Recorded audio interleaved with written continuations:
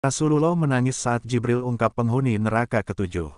Suatu ketika datanglah malaikat Jibril kepada Rasulullah pada waktu yang tidak biasa. Namun, Jibril terlihat berbeda. Raut wajahnya berbeda seperti biasa.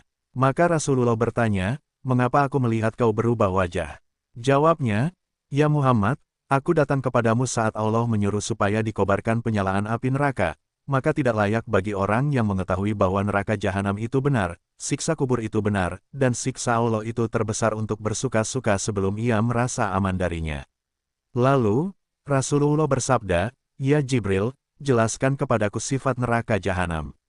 Jawab Jibril, "Ya, ketika Allah menjadikan neraka jahanam, maka dinyalakan selama 1000 tahun hingga merah, kemudian dilanjutkan 1000 tahun hingga putih, kemudian 1000 tahun hingga hitam, lalu menjadi hitam gelap, tidak pernah padam nyala dan baranya. Demi Allah, andaikan terbuka sebesar lubang jarum niscaya dapat membakar semua penduduk dunia karena panasnya. Demi Allah, andaikan satu baju ahli neraka itu digantung di antara langit dan bumi, niscaya akan mati penduduk bumi karena panasnya. Api neraka itu ada 7 pintu, jarak antar pintu sejauh 70 tahun, dan tiap pintu panasnya 70 kali dari pintu yang lain." Rasulullah kemudian meminta Jibril menjelaskan satu persatu mengenai pintu-pintu neraka tersebut. Pintu pertama disebut Hawiyah, artinya jurang yang diperuntukkan bagi kaum munafik dan kafir.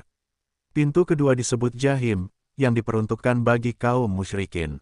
Pintu ketiga disebut Sakar, yang diperuntukkan bagi kaum sobiin atau penyembah api.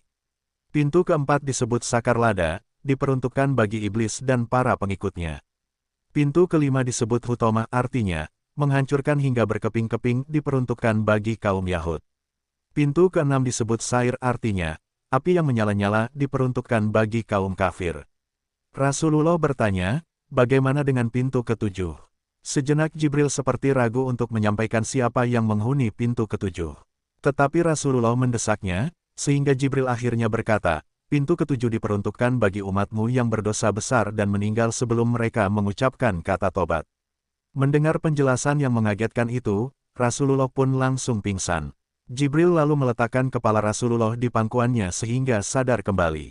Sesudah sadar beliau bersabda, "Ya Jibril, sungguh kerisauan besar dan sangat sedihku, apakah ada seorang dari umatku yang akan masuk ke dalam neraka?"